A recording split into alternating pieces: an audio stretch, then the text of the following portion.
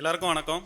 என் பேர் Vijay Shankar, senior inspector of cooperative எடுத்திருக்கேன் இந்த குரூப் 2 எல்லாரும் சொல்கிற மாதிரி நமக்கும் நிறைய பெரிய கதையெல்லாம் இருக்குது. நான் வந்து பாஸ்ட் அவுட் வந்து 2014 இன்ஜினியரிங் முடித்தேன், மெக்கானிக்கல் இன்ஜினியரிங். அதுக்கப்புறம் நம்ம கோரில் தான் நமக்கு ஃப்யூச்சர் இருக்குது அப்படின்னு சொல்லிட்டு கோர்லலாம் போய் ஒர்க் பண்ணேன். 3 ஷிஃப்ட்டு, 365 டேஸு, எல்லா நாளும் வேலை பார்க்கணும். தீபாவளியாக பொங்கலா எதுவுமே கிடையாது, அப்படி தான் வேலை பார்த்தோம். இதில் தான் நம்ம வாழ்க்கை அப்படின்னு இருந்தது. அதுக்கப்புறமா ஒரு 2016 வாக்கில் என் ஃப்ரெண்டு வந்து இந்த மாதிரி டிஎன்பிஎஸ்சி படிக்கலாம் அப்படின்னு சொன்னாங்க. அப்பயும் எனக்கு அந்த அளவுக்கு பெருசாக நம்பிக்கை இல்லை. கவர்மெண்ட் எக்ஸாம்ஸ்க்கு இவ்வளோ பேர் படிச்சுட்டு இருக்காங்க, நம்ம போனால் மட்டும் போனோடனே வேலையை தூக்கி கையில் கொடுத்துருவா போகிறாங்க, இதெல்லாம் ஒன்றும் பெருசாக நம்பிக்கை இல்லை, வேண்டாண்டா அப்படின்னு சொல்லிட்டேன். இருந்தாலும் அவன் வந்து கேட்கல. நீ படித்து உனக்கு வேலை கிடைக்கும் அப்படின்னு சொன்னான். 2016 தான் குரூப் 4 எக்ஸாம் எழுதினேன். ஒரு 10 நாளைக்கு முன்னாடி தான் சரி எழுதலாம் அப்படின்னு முடிவு எடுத்தேன். போய் எழுதும் போது நான் இப்போ ஒரு 130 கொஸ்டின் போட்டு வந்துட்டேன்.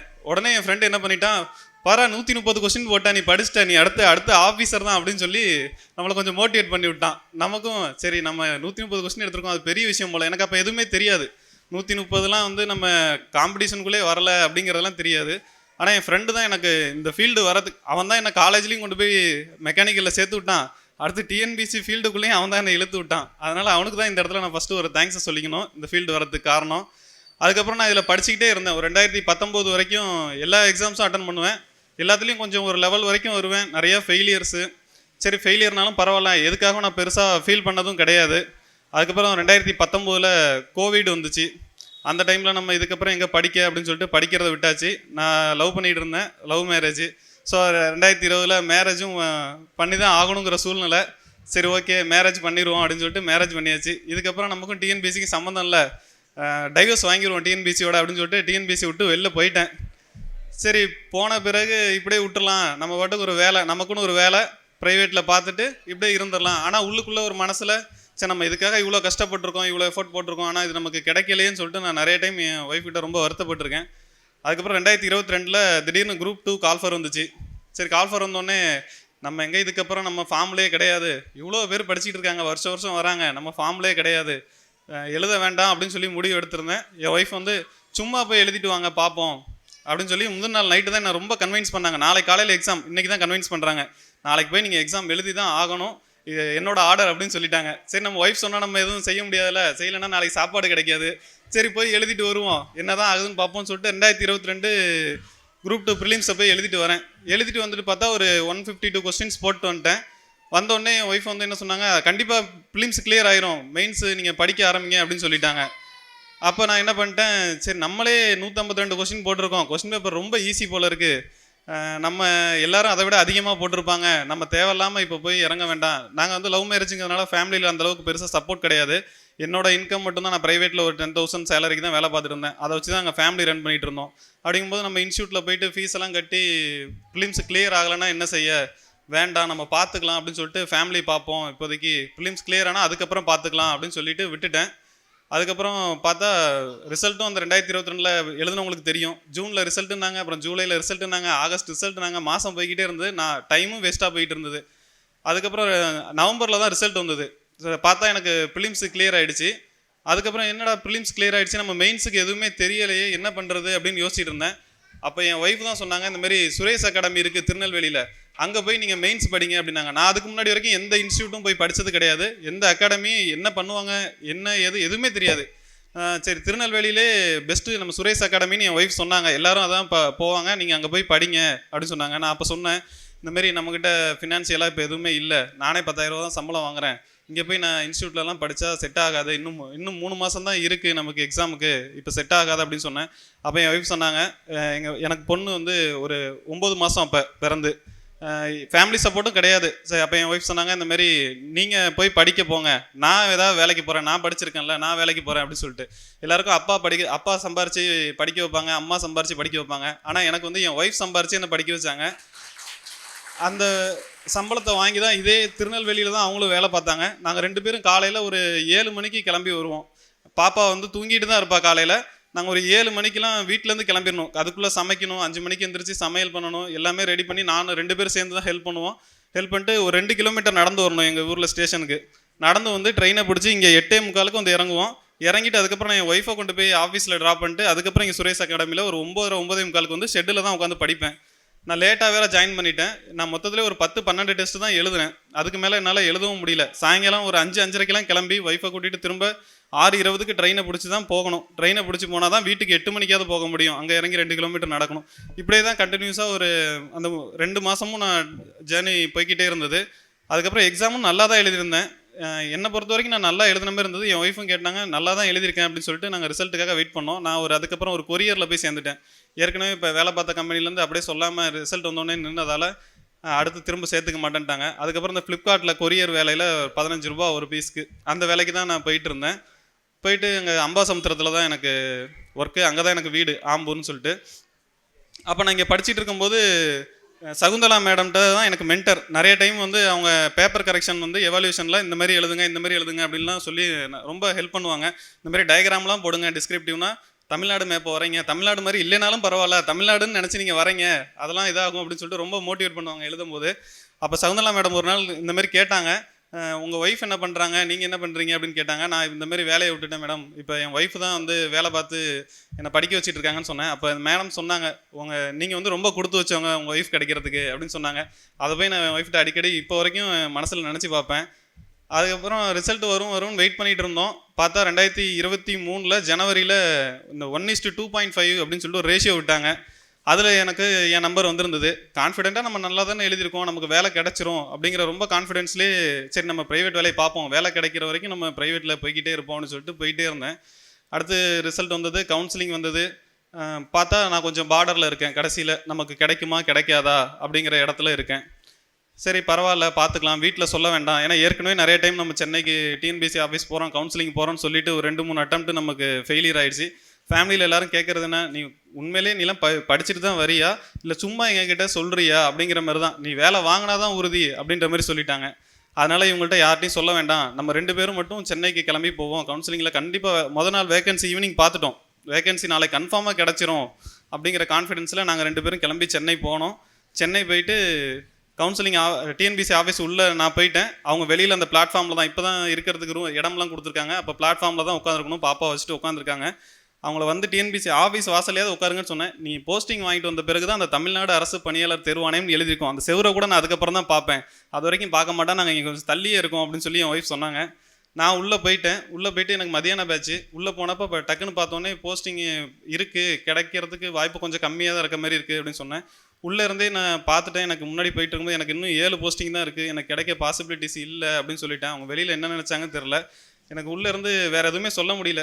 பார்த்தா கரெக்டாக என் மார்க்கு தான் எனக்கு பக்கத்தில் உட்காந்துருக்காங்க. எனக்கு முன்னாடி ஒரு 4 பேர் என் மார்க்கில் உட்காந்துருக்காங்க, எனக்கு பின்னாடி எத்தனை பேர் உட்காந்துருக்காங்கன்னு தெரில. எல்லாருமே என் மார்க்கு, என் கம்யூனிட்டி. போஸ்டிங் எடுக்கும்போது நான் போய் அந்த கவுன்சிலிங் ஹாலில் வரிசையெல்லாம் போய் நின்றுட்டேன். எனக்கு முன்னாடி இருக்க ஒரு போஸ்டிங் எடுத்துட்டாரு. அடுத்து நான் போய் இதேமாரி மைக்கு தான் அங்கே நம்ம போஸ்டிங் சொல்லணும்.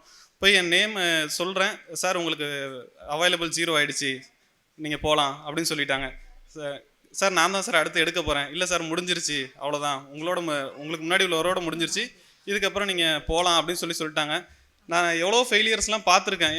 ஆனால் இந்த ஃபெயிலியர் என்னால் தாங்கிக்கவே முடியல. என்னடா இது, நம்ம இவ்வளோ கிட்ட வந்துட்டோம், நமக்கு இன்னும் ஒரே ஒரு போஸ்டிங் இருந்திருக்கலாமே, நம்ம குடும்பம் இவ்வளோ கஷ்டப்பட்டு வந்துட்டு இருக்கோமே, பாப்பாவெல்லாம் விட்டுட்டு எல்லாரும் கஷ்டப்பட்டு இவ்வளோ தூரத்துக்கு வந்திருக்கோம், எத்தனை வருஷமாக உழைச்சிட்டு இருக்கோம், இதோட அவ்வளோதான் முடிஞ்சிச்சு, இனிமேல் எனக்கும் இந்த டிஎன்பிசிக்கும் சம்மந்தமே இல்லை, வேண்டாம் அப்படின்னு சொல்லிட்டு அந்த முடிவோட வெளியில் வந்துட்டேன்.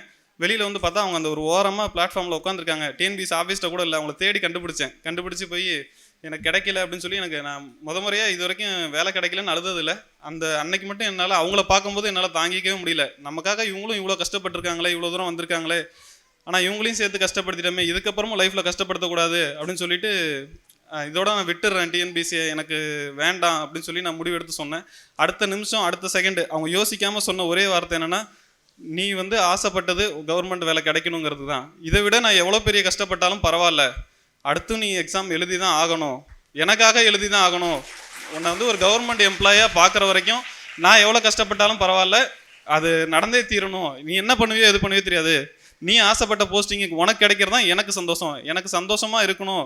அவங்களுக்கு பர்த்டேலாம் வரும், நான் கேட்பேன் உனக்கு என்ன கிஃப்ட் வேணும்னு கேட்பேன், நீ கவர்மெண்ட் ஜாப் வாங்கிட்டு அப்பாயின்மெண்ட் ஆர்டரோட வா, அதுதான் எனக்கு பெரிய கிஃப்ட்டுன்னு இது வரைக்கும் அவங்களுக்கு நான் இந்த கிஃப்ட்டுமே கேட்டாலே இதை தவிர வேறு வார்த்தை சொன்னதே கிடையாது.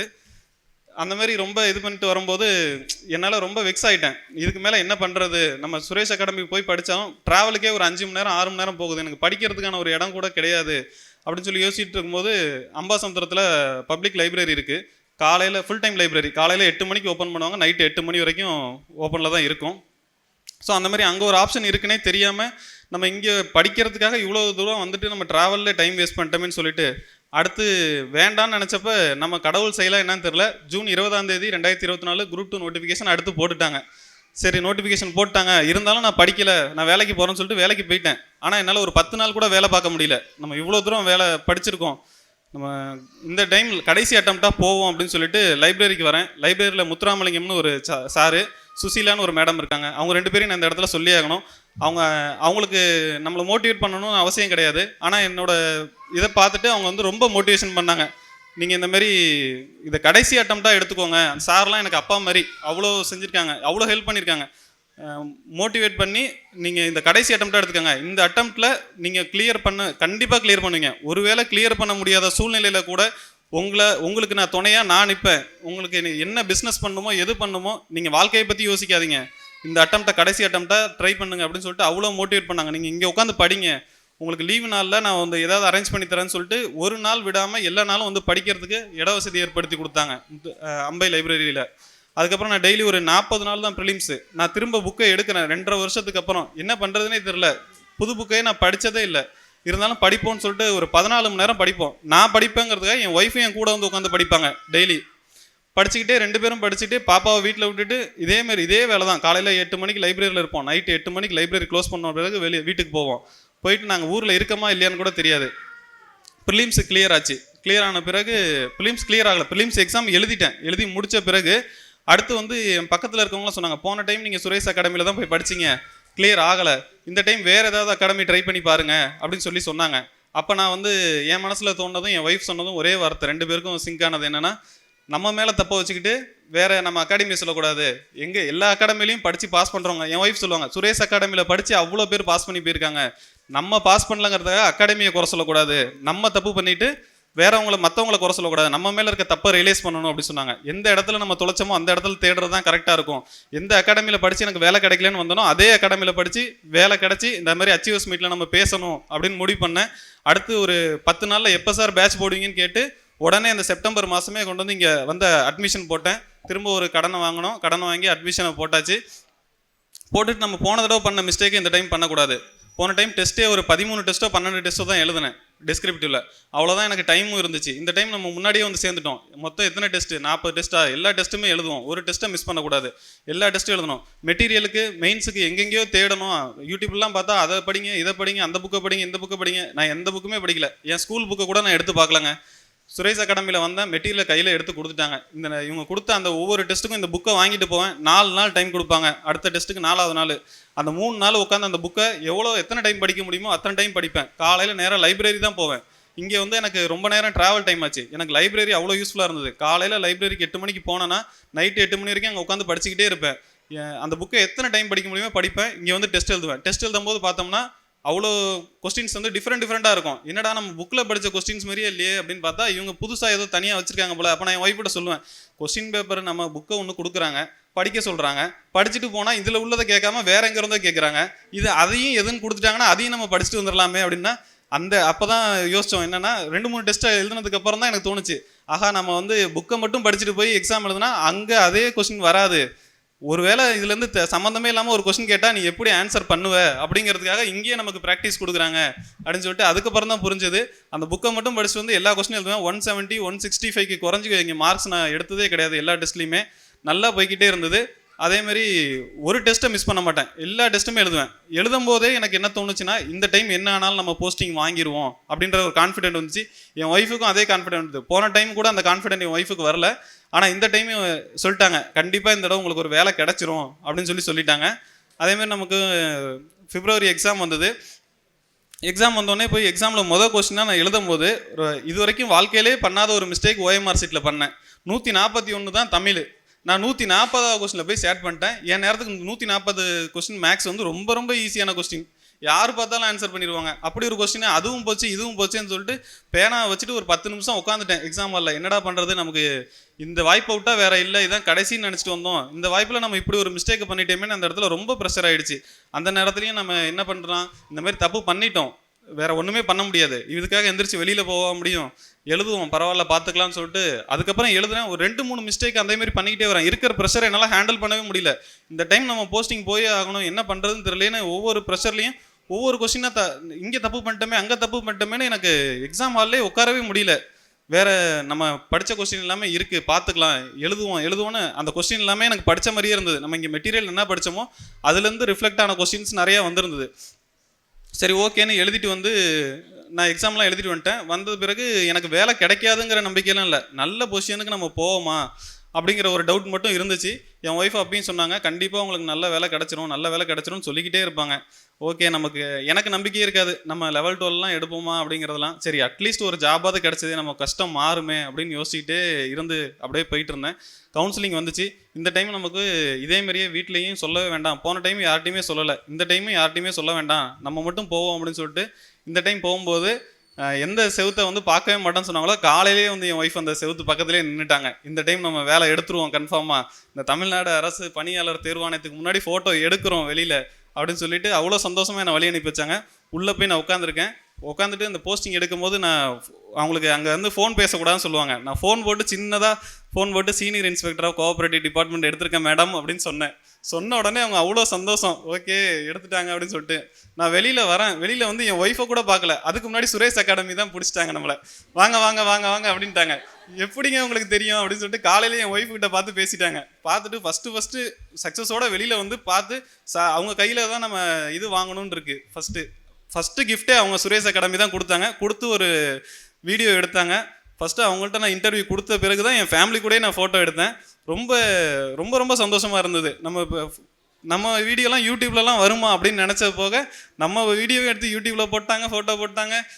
ரொம்ப டிஃப்ரெண்ட்டான ஃபீல் இதெல்லாம். ஆனால் இது எல்லாத்துலேயும் என் கூட இருந்தது என் ஒய்ஃப் மட்டும்தான். அவங்க அங்கே தான் உட்காந்துருக்காங்க. நான்லாம் ஒன்றுமே கிடையாது. எனக்கு வந்து இவங்க ஒரு பார்ட்னராக அமைய போய் தான் சகுந்தலா மேடம் சொன்ன மாதிரி தான் நான் உண்மையிலே ரொம்ப லக்கி தான் மேடம். நான் வந்து ரொம்ப ரியலைஸ் பண்ணுறேன். அவங்க சொன்ன மாதிரி இந்த போஸ்டிங் எடுக்கிறதுக்கு நான் வேண்டான்னு சொல்லி விட்டதை என்னை திரும்ப கூப்பிட்டு வந்து இந்த இடத்துல உட்கார வச்சு அழகு பார்க்கணும்னு நினச்சது அவங்க தான். ஒரு வாய்ப்பு கிடைச்சா கூட அவங்களுக்கே அந்த போஸ்டிங் கொடுக்குன்னா கூட நான் கொடுத்துருவேன். அந்தளவுக்கு என்னோட முயற்சி மாதிரியே எனக்கு தெரியலை. அவங்களோட சக்ஸஸ் தான் இது, என்னோட சக்ஸஸ் கிடையாது. அதேமாரி சுரேஷ் அகாடமி இந்த பிளாட்ஃபார்ம் அமைச்சு கொடுத்துருக்கீங்க பேசுறதுக்கு ரொம்ப ரொம்ப தேங்க்ஸ். லைப்ரரி அம்பாசமுத்திரம் லைப்ரரி, நீங்களும் எல்லாருமே லைப்ரரி யூஸ் பண்ணிக்காங்க. எல்லா ஊர்லேயுமே லோக்கலில் லைப்ரரி இருக்கும். சுரேஷ் அகாடமியில் கொடுக்குற மெட்டீரியல் நமக்கு பெஸ்ட்டு தான், அகாடமியும் பெஸ்ட்டு தான். 24/7 நமக்கு ஸ்டடி ஹால் இருக்குது, எல்லாமே இருக்குது. ஆனால் நம்ம ரொம்ப லாங்லேருந்து வந்து அக்சஸ் பண்ணுறோன்னா நமக்கு ட்ராவல் டைம் ரொம்ப வேஸ்ட்டாக போகும். படிக்கிறது எந்த இடமா இருந்தாலும் பரவாயில்ல, நமக்கு லைப்ரரி வந்து இப்போ ரொம்ப பெஸ்ட்டாக இருக்குது. நல்ல சேர் ஃபெசிலிட்டி எல்லாமே போட்டு கொடுத்துருக்காங்க. வைஃபை வரைக்குமே லைப்ரரியில் கிடைக்குது. எல்லாரும் லைப்ரரி யூஸ் பண்ணிக்கோங்க. யூஸ் பண்ணிட்டு படித்து நம்ம டெஸ்ட் பேட்சை மட்டும் கரெக்டாக அட்டன் பண்ணுங்கள். டெஸ்ட் பேட்ச் மட்டும் தான் உங்களுக்கு கை கொடுக்கும். நம்ம படிச்சுக்கிட்டே இருப்போம், எல்லா புக்கையும் படிப்போம், எல்லாத்தையுமே படிச்சுக்கிட்டே தான் இருப்போம். ஆனால் வந்து டெஸ்ட் பேட்ச்னு ஒன்று எழுதும்போது அந்த கொஸ்டினை பார்த்தா இது எங்கடா இருக்குது இந்த கொஸ்டின், நம்ம இதெல்லாம் படிச்சுட்டு வந்தோம், இந்த சிலபஸ் தான் சொன்னாங்க, இந்த டாபிக் தான் இன்றைக்கி டெஸ்ட்டுன்னு சொன்னாங்க, ஆனால் நம்ம படித்த டாப்பிக்கில் இது இல்லவே இல்லையே அப்படின்னு சொல்லிட்டு யோசிப்போம். அப்போ அதை யோசிக்கும் போது தான் அந்த நம்ம தப்பு பண்ணக்கூடிய ஒரு கொஸ்டின், நம்ம கரெக்டாக எழுதுன கொஸ்டின் நமக்கு மறந்துடும். நம்ம தப்பாக எழுதுகிற கொஸ்டின் நமக்கு மறக்கவே மறக்காது. இந்த தப்பு நம்ம இதை பண்ணிட்டோம், இனிமேல் இந்த லைஃப்பில் இந்த கொஸ்டின் வந்தால் இந்த தப்பை பண்ணவே மாட்டோம் அப்படின்னு சொல்லிட்டு கரெக்ஷன்ஸில் பார்த்துட்டே இருப்போம். இவங்களும் கரெக்டாக கொஸ்டின் பேப்பர் எடுக்கிறது ஃபுல்லாகவே நமக்கு 200 கொஸ்டின் வைப்பாங்க. கண்டிப்பாக அதில் 150 கொஸ்டின் கிட்ட தான் நம்ம அவங்க கொடுத்த மெட்டீரியல் இருக்கும். 50 கொஸ்டின் வெளியில் எங்கேயோ தனியாக ஒரு புக்கு வச்சுருக்காங்க, R&D டிபார்ட்மெண்ட் வச்சுருக்காங்க. அவங்ககிட்டேருந்து முடிஞ்சால் நம்ம எதாவது கலெக்ட் பண்ணிக்கலாம் போல இருக்குது. அவ்வளோ டிஃப்ரெண்ட்டாக கொஸ்டின் எடுக்கிறாங்க. அவ்வளோவையும் படிங்க. கொஸ்டின் பேப்பர் எல்லாமே எல்லா கொஸ்டினுமே நீங்கள் ப்ராக்டிஸ் பண்ணிட்டீங்கன்னா கண்டிப்பாக நல்ல கொஸ்டின் எடுத்துலாம். நம்ம மிஸ்டேக்ஸ் மட்டும் தான் குறைக்கணும். நம்ம என்ன தான் படிச்சுட்டு போனாலும் அங்கே ஒரு கேர்லெஸ் மிஸ்டேக்ஸ், ஒரு பயம், அது எல்லாமே அதனால மிஸ்டேக்ஸ் பண்ணுவோம். அதனால ஒரு நல்ல டிபார்ட்மெண்ட் கிடைக்காம போகுமே தவிர நமக்கு வேலை கிடைக்காம போகாது. ஸோ அந்த கொஸ்டின்ஸை நீங்கள் மிஸ்டேக்ஸை மட்டும் பண்ணாமல் இருங்க. மற்றபடி கண்டிப்பாக எல்லாருமே ஃபியூச்சரில் இருக்க எல்லாருமே நம்ம கண்டிப்பாக ஒரு கவர்மெண்ட் ஜாபுக்கு போவோம். இங்கே உட்காந்துருக்கவங்க எல்லாருமே பார்த்தாலே தெரியுது, கண்டிப்பாக நீங்கள் எல்லாமே கவர்மெண்ட் ஜாபுக்கு போவீங்க. அந்த நம்பிக்கையில் தான் இங்கே வந்திருக்கீங்க. கண்டிப்பாக நல்லா தைரியமாக படிங்க, வேலைக்கு போயிடலாம். நன்றி. Good afternoon to all.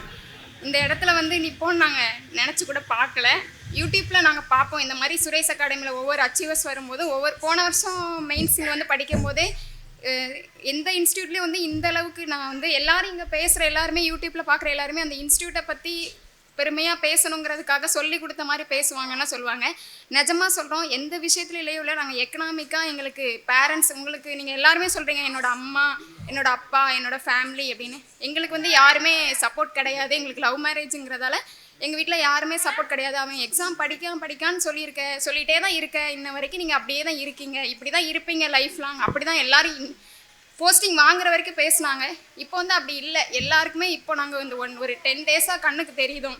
இவ்வளோ நாள் வந்து எங்கள் பேரண்ட்ஸ் கூட எங்களுக்கு சப்போர்ட் இப்போ வரைக்கும் இல்லை. இருந்திருந்தால் இந்நேரம் நாங்கள் அவங்கள கூட்டிகிட்டு வந்திருப்போம். இப்போ வந்து எங்களுக்கு அவங்களாம் இல்லை, சும்மா இருக்காங்க, அவ்வளோதான். அதனால் வந்து ஃபேமிலி கிடைக்கிறதே பெரிய விஷயம் எங்களுக்கு. ரொம்ப என்ன சொல்கிறது, 22ல் எழுதிட்டு 150 கொஸ்டின் போட்டோன்னே இந்த மாதிரி கிடைக்க பாசிபிள் இருக்குது. பிஎஸ்டியும் வச்சுருக்காங்க. அதனால் ஓகே நமக்கு கிடச்சிரும். சுரேஷ் அகாடமியில் போய் எல்லா இன்ஸ்டியூட்லேயும் வந்து உண்மையுமே என்னென்னா காஸ்ட் வந்து ரொம்ப அதிகம். இங்கே மட்டும்தான் வந்து அப்போ வந்து அவங்க நியூ ஸ்டூடெண்ட்டாக ஜாயின் பண்ணுறதால 20,000 கேட்டாங்க. அப்போ இருக்க சிச்சுவேஷனுக்கு வந்து எங்களால் வந்து கண்டிப்பாக பே பண்ண முடியல. அப்போ நாங்கள் இங்கே கால் பண்ணி கேட்கும்போது நீங்கள் இப்போ பே பண்ணி நீங்கள் ஜாயின் பண்ணிக்கோங்க, இன்கேஸ் உங்களுக்கு மெயின்ஸ் வந்து இப்போ இது வரலன்னா அமௌண்ட்லாம் ரீஃபண்ட் பண்ண முடியாது அப்படின்னு சொன்னதால் எங்களுக்கு நாங்கள் ரொம்ப யோசித்தோம். ஏன்னா நம்மளோட 20,000ங்கிறது வந்து ஏன்னா 8 மாதம் பாப்பா விட்டுட்டு நான் போய் வேலை பார்த்துருந்தேன். எனக்கு ரொம்பலாம் நான் ஐடியில் ஒர்க் பண்ணேன். எனக்கு இங்கே திருநெல்வேலியில் ஒரு 12,000 சேலரி, அவ்வளோதான். அதை வச்சுட்டு தான் எங்கள் ஃபேமிலியை பார்த்துக்கிட்டோங்கிறதால 20,000ங்கிறது எங்களுக்கு ரொம்ப பெரிய விஷயமா இருந்தது. சரி ஓகே, அப்போனா நம்ம ஒரு 3 மந்த்ஸ் தானே வெயிட் பண்ணலாம். இங்கே வந்து நாங்கள் டேரெக்டாக கூட விசாரிச்சிருந்தா இங்கே சொல்லியிருப்பாங்க. ஃபோன் பண்ணி கேட்டதால் அப்புறம் சொன்னாங்க யாராவது ஆஃபீஸில் யாராவது தெரியாமல் சொல்லியிருப்பாங்க. அப்புறம் கூட சகுந்தலா மேம் பற்றி இவங்க சொல்லியிருக்காங்க. அப்போவே சொல்லுவாங்க 22ல் இந்த மாதிரி மெயின்ஸ் பேப்பர் திருத்தும் போதெல்லாம் அந்த மேம் வந்து இங்கே திருநெல்வேலி விகேபுரத்தில் தான் விஓ இருந்திருக்காங்க. உன்னை சொன்ன உங்களுக்கு என்ன ஃபேமிலி பேக்ரவுண்ட் பற்றி கேட்கும்போது இந்த மாதிரி நான் உன்னை பற்றி சொன்னேன், என்னோடய ஒய்ஃப் தான் என்னை ஒர்க் பண்ணிகிட்டே படிக்காங்கன்னா இந்த மாதிரி உங்களுக்கு ஒய்ஃப் கிடைக்க வந்து கொடுத்து வச்சுருக்கணும் அப்படின்னு ஒரு மேம் வந்து சொல்லுவாங்கன்னு சொன்னாங்க. இன்றைக்கி நாங்கள் வரும்போது கரெக்டாக அவங்க ஆட்டோலேருந்து இறங்கினோன்னே சொன்னாங்க, போன மெயின்ஸுக்கு படிக்கும்போது ஒரு மேம் சொன்னாங்கன்னு சொன்னால அது இவங்க தான் அதே மாதிரி அவங்க டிபார்ட்மெண்ட் தான் நானும் எடுத்திருக்கேன், கோஆப்ரேட்டிவ் சொசைட்டி அப்படின்னு சொல்லிட்டு சொன்னாங்க. ரொம்ப சந்தோஷமாக இருந்தது. உண்மைக்குமே பேக்ரவுண்ட் இருக்கிறவங்களுக்கு ஓகே, இல்லாதவங்க ஒரு மெயின்ஸ் படிக்கணும். இப்போ ப்ரிலிம்ஸ் வரைக்கும் இவங்க வீட்டில் தான் படித்தாங்க. ஏன்னா நமக்கு ஃபேமிலி பேக்ரவுண்ட் இல்லை. மெயின்ஸ் படிக்கிறவங்களுக்கு வந்து கண்டிப்பாக எல்லாருக்கும் நம்மளாக படிக்கிறத விட ஒரு இன்ஸ்டியூட்டில் போய் படித்தாங்கன்னா கண்டிப்பாக வந்து நிறைய ஐடியாஸ் கிடைக்கும், நிறைய வந்து எக்ஸ்பீரியன்ஸ்லாம் நமக்கு எப்படின்னு சொல்லி தருவாங்க. நிறைய சீக்கிரமாக ஒரு 2 இயர்ஸில் அச்சீவ் பண்ணக்கூடியதை கண்டிப்பாக ஒரு 1 இயரில் நம்ம அச்சீவ் பண்ணிடலாம். அப்படிங்கப்போ வந்து அதை யோசிக்காமல் நிறைய இன்ஸ்டியூட்டில் வந்து 50,000 60,000 அந்த மாதிரிலாம் நிறைய கேட்டாங்க. இப்போ கூட குரூப் 1 ப்ரிலிம்ஸில் 150 கொஸ்டின் போட்டிருக்காங்க. ஆனால் நாங்கள் நிறைய இன்ஸ்டியூட்டில் கேட்கும்போது ரொம்ப 70 80 அந்த மாதிரி கேட்டாங்க. அதான் இப்போ கூட படிக்கணும்னா நம்ம இங்கே தான், ஏன்னா ப்ரைஸ் தான் நமக்கு கண்டிப்பாக ஃபஸ்ட்டு. அப்படிங்கிறதால வந்து ரொம்ப நிஜமாகவே எங்கள் லைஃப்பில் என்றைக்கும் நாங்கள் வந்து சுரேஷ் அகாடமியை வந்து கண்டிப்பாக நாங்கள் மறக்க மாட்டோம். Thank you sir. அப்புறம் வந்து நான் அவங்கக்கிட்ட கேட்பேன், சுகேஷ் சார்லாம் வருவாங்களா இந்த ஃபங்க்ஷனுக்கு அப்படின்னு சொல்லிட்டு. நானே இது வரைக்கும் இந்த இன்ஸ்டியூட்டில் நான் பார்த்ததில்ல. சார் முக்கியமான ஃபங்க்ஷனுக்கு தான் வருவாங்க. சண்டே வந்து தூத்துக்குடியில் வச்சுருக்காங்க. ஆனால் அப்போ அங்கே போகலாமா ஏன் அப்படின்னு இல்லை, அவங்க கையால் வந்து வாங்குற மாதிரிலாம் யூடியூப்பில் நிறைய பேர் பார்த்துருக்கேன். அது ஒரு பெருமையாக இருக்கும். அந்த மாதிரி நம்ம அவங்க இன்ஸ்டியூட்டில் அவ்வளோ பெரிய இன்ஸ்டியூட்டில் படிக்கணும். இன்று நீங்கள் வாங்குவதை நாளை யூடியூப்பில் எல்லோரும் பார்ப்பார்கள். அதுக்காக தான் நான் கேட்டேன். சண்டே கூட பாப்பா வச்சுட்டு அவ்வளோ தூரம் எப்படி போகிறது அப்படின்னு சொன்னாங்க. இல்லை பரவாயில்ல நம்ம போகலாமே, அங்கே வேணால் இங்கே வருவாங்களான்னு தெரியல அப்படின்னு சொல்லி சொன்னாங்க. அப்புறம் நேற்று இன்விடேஷனில் பார்த்துட்டு தான் சார் வராங்க போல் இதில் போட்டிருக்காங்க அப்படின்னோடனே சரி அப்படின்னு சொல்லிட்டு கிளம்பி வந்தோம்.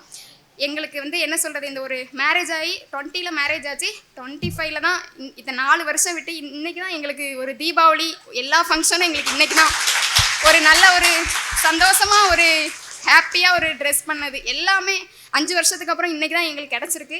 அதனால தான் நாங்கள் யூனிக்காக வந்திருக்கோம். இதுக்காகவே ஸ்பெஷலாக எங்களுக்கு இந்த நாள் வந்து ரொம்ப ஒரு ஸ்பெஷலான டே. லைஃப்பில் வந்து எங்களால் கண்டிப்பாக மறக்கவே முடியாத நாள்னால் அது இன்றைக்கி மட்டும்தான், வேறு எதுவுமே கிடையாது. அந்த மாதிரி எல்லாருமே நல்லா படிங்க. கண்டிப்பாக அவங்கள ரோல் மாடலை வச்சு தான் இப்போ நான் படிச்சுட்ருக்கேன். இப்போ நெக்ஸ்ட்டு குரூப் 2 படித்தாலும் சுரேஷ் அகாடமியில் மெயின்ஸ் வந்து ஜாயின் பண்ணுவோம். கண்டிப்பாக வந்து எல்லாருமே நல்லா படிங்க. இதே மாதிரி தான் நாங்களும் ஒரு லீவ் டேஸ் அன்னைக்கு எந்த ஃபங்க்ஷனுக்கு மேரேஜ் ஃபங்க்ஷன் ரிலேஷன்ஸ் எங்கேயுமே போக மாட்டோம். அப்போ வந்து எங்கள் கூட லைப்ரரியில் பசங்களாம் படிப்பாங்க, அவங்ககிட்டலாம் சொல்லுவோம் இந்த மாதிரி உங்களுக்குலாம் அவங்க நிறைய ப்ராப்ளம்ஸ் வந்து சொல்லுவாங்க. இதெல்லாம் ஒரு விஷயமே இல்லை, நாங்களாம் எங்களோட கஷ்டத்தை நாங்கள் சொல்ல மாட்டோம். உங்கள் வயசுக்கு இதெல்லாம் ஒரு விஷயமே இல்லை, நீங்கள் அதெல்லாம் ஒன்றும் இல்லை படிங்க அப்படிமோ. இன்ன வரைக்கும் அப்படி தான். இது பாஸ் பண்ணோடனே எல்லாருமே அம்பாசமுத்திரம் லைப்ரரியில் தான் படித்தாங்க. அவங்க சாரு மேம் எல்லாருமே அவ்வளோ சப்போர்ட்டாக இருப்பாங்க. எங்களுக்கு சர்ப்ரைஸாக இருக்கணும். ஃபஸ்ட்டு போஸ்டிங் வாங்கிட்டாங்கன்னு தெரிஞ்சவொடனே எப்போனாலும் அவங்க அடுத்து லைப்ரரி வருவாங்க அப்படின்னு நினச்சி எங்களுக்கு அவங்களுக்கு பெரிய பேனர்லாம் ரெடி பண்ணி லைப்ரரியிலேருந்து பெரிய ஃபங்க்ஷன் மாதிரி வச்சு நாங்கள் எக்ஸ்பெக்ட் பண்ணவே இல்லை. அந்த லெவலுக்கு ஒரு ஃபேமிலி மெம்பர் மாதிரி எங்களுக்கு எல்லாமே சப்போர்ட்டாக இருந்தாங்க. அந்த மாதிரி தான் இங்கே மெயின்ஸ் இங்கே வந்து படிக்கும் போதும் நிறைய ஃப்ரெண்ட்ஸ் சர்க்கிள்லாம் கிடச்சிது.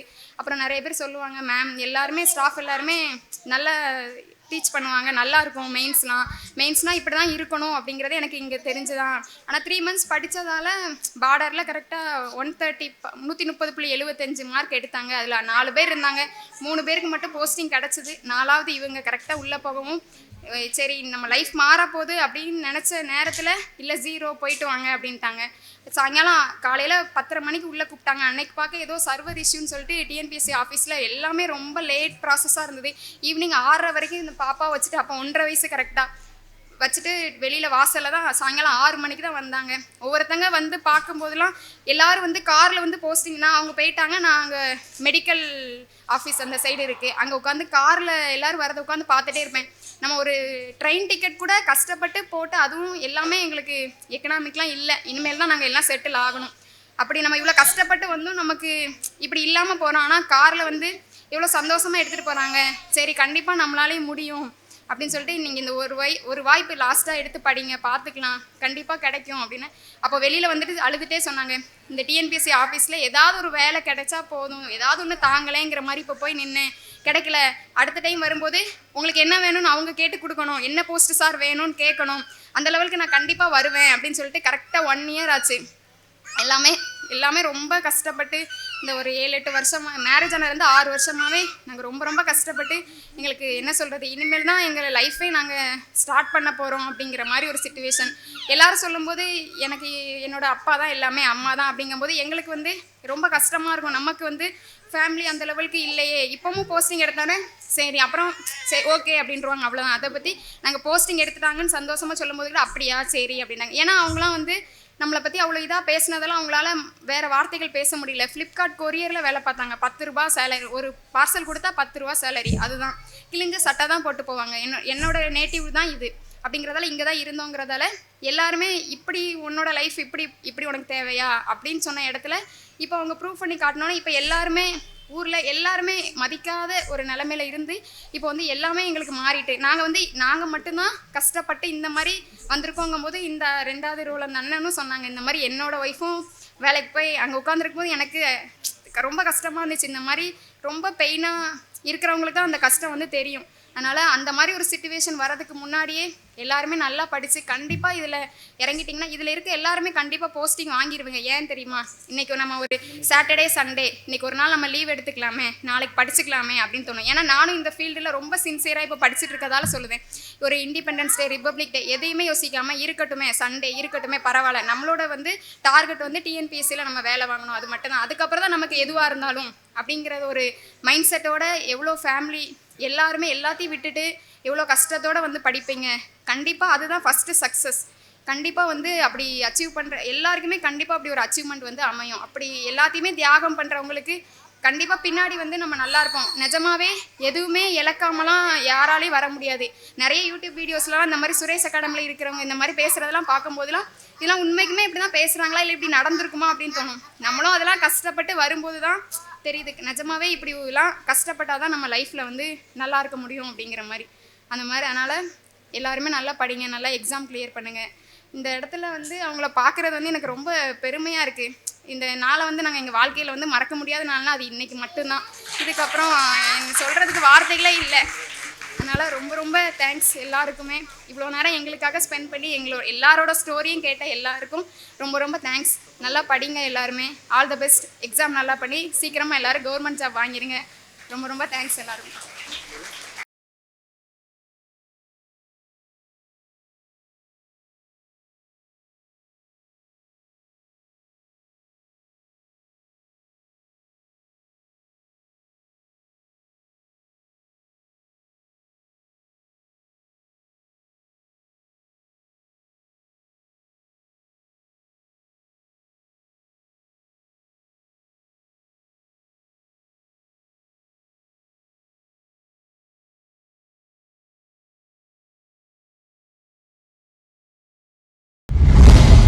சுரேஷ் IAS அகாடமி, வெற்றியின் முகவரி.